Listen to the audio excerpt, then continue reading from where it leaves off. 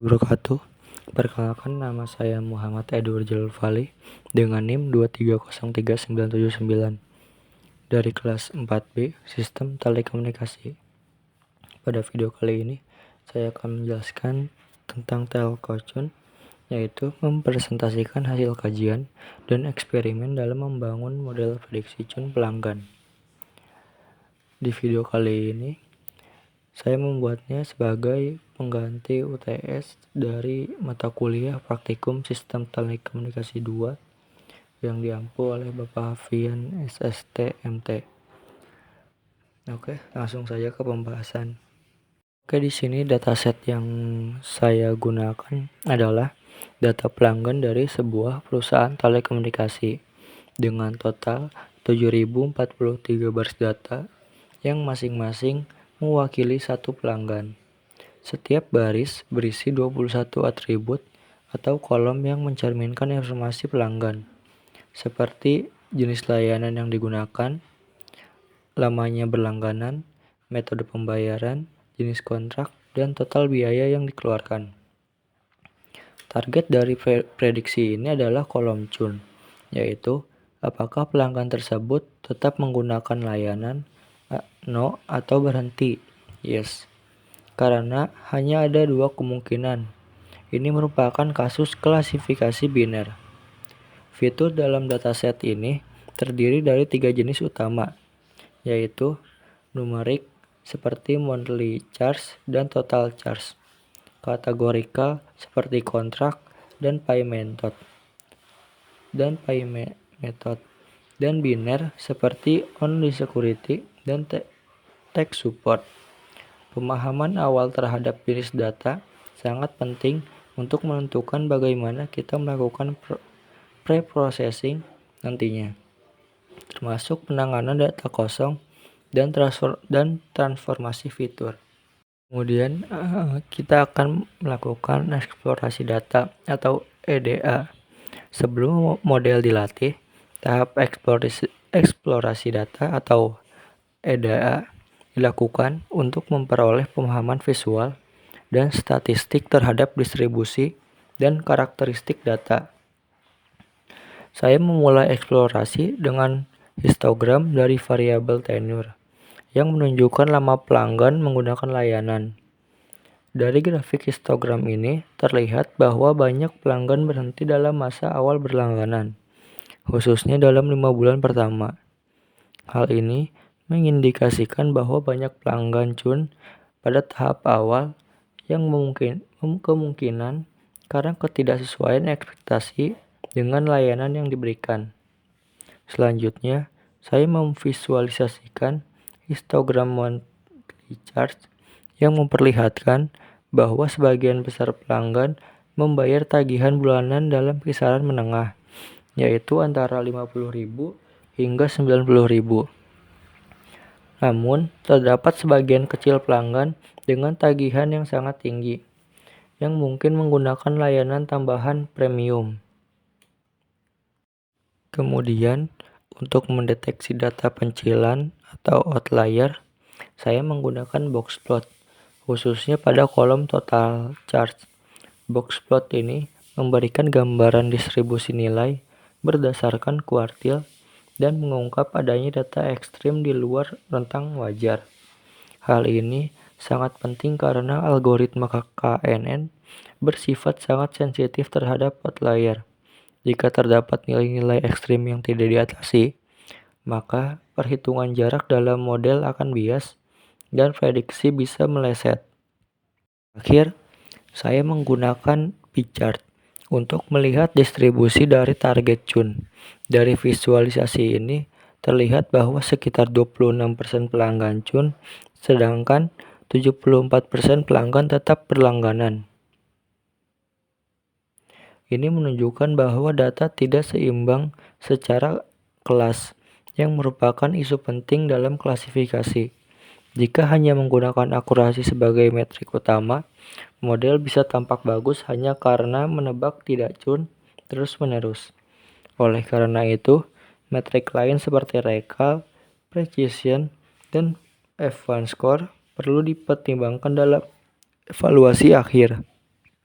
Setelah memahami struktur dan pola dalam data, tahap berikutnya adalah data processing, yaitu penyesuaian data agar dapat diproses secara optimal oleh algoritma. Pertama, saya menangani kolom total charge yang secara logika adalah data numerik, namun terbaca sebagai tipe objek karena mengandung karakter kosong. Saya membersihkan data tersebut dengan mengonversinya ke float dan mengganti nilai kosong dengan nilai rata-rata.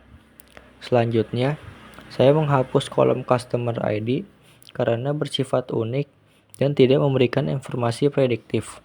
Saya juga mengevaluasi fitur-fitur seperti gender dan senior citizen, dan berdasarkan korelasinya yang rendah terhadap Chun, fitur tersebut saya eliminasi agar model lebih fokus.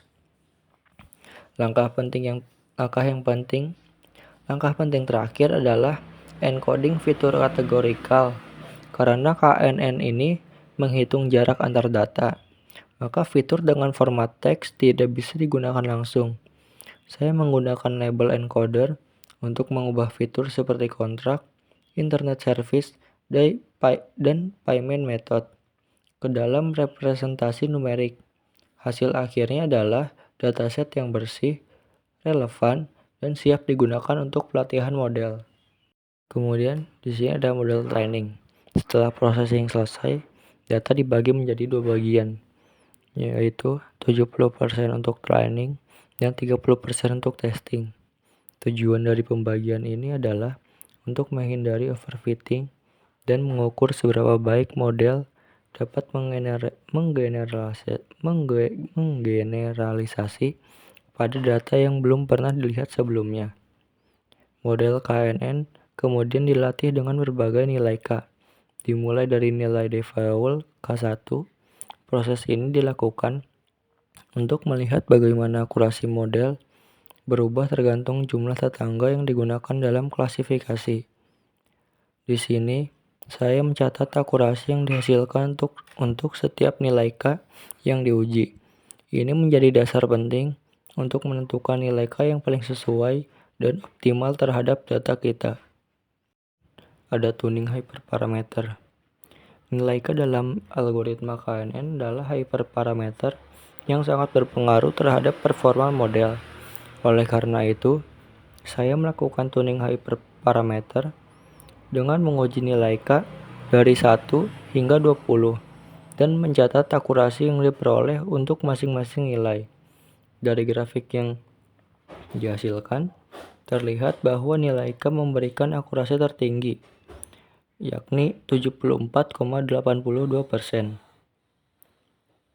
Nilai K yang terlalu kecil seperti 1 atau 2 memang cenderung menangkap variasi lokal dengan baik, namun beresiko overfitting. Dalam studi ini, hasil menunjukkan bahwa dengan K2, model tetap mampu menjaga keseimbangan antara sensitivitas terhadap perubahan data dan akurasi prediksi. Terakhir, ada evaluasi hasil tuning. Setelah menetapkan nilai K2 sebagai yang terbaik, model dilatih ulang dengan parameter tersebut dan dievaluasi kembali menggunakan data uji. Hasilnya menunjukkan adanya peningkatan performa dibandingkan model awal. Akurasi mencapai 74,82% dan berdasarkan confusion matrix, prediksi Chun menjadi lebih akurat dibandingkan sebelumnya. Selain akurasi, saya juga mempertimbangkan kemampuan generalisasi model, yaitu sejauh mana model bisa mempertahankan performanya di luar data pelatihan. Dengan K2, model tidak hanya presisi dalam memprediksi Chun, tetapi juga cukup stabil saat digunakan pada data baru. Kesimpulannya, berdasarkan seluruh tahapan yang telah dilakukan, dapat disimpulkan bahwa keberhasilan model prediksi Chun pelanggan dengan algoritma KNN sangat bergantung pada kualitas pre-processing dan pemilihan hyperparameter yang tepat. Proses pembersihan data, transformasi fitur, dan penanganan nilai anomali menjadi fondasi penting agar model mampu mengenali pola yang relevan. Selain itu, tuning nilai K menunjukkan pengaruh signifikan terhadap performa model, di mana pada studi ini nilai K2 menghasilkan akurasi terbaik dan keseimbangan yang optimal antara kompleksitas model dan akurasi prediksi. Oleh karena itu, membangun model pembelajaran mesin yang andal tidak hanya mengandalkan algoritma yang digunakan, tetapi juga menuntut pemahaman menyeluruh terhadap data serta evaluasi metrik yang sesuai dengan karakteristik permasalahan. Sekian penjelasan yang dapat saya berikan. Mohon maaf apabila ada salah kata atau salah perbuatan. Wassalamualaikum warahmatullahi wabarakatuh.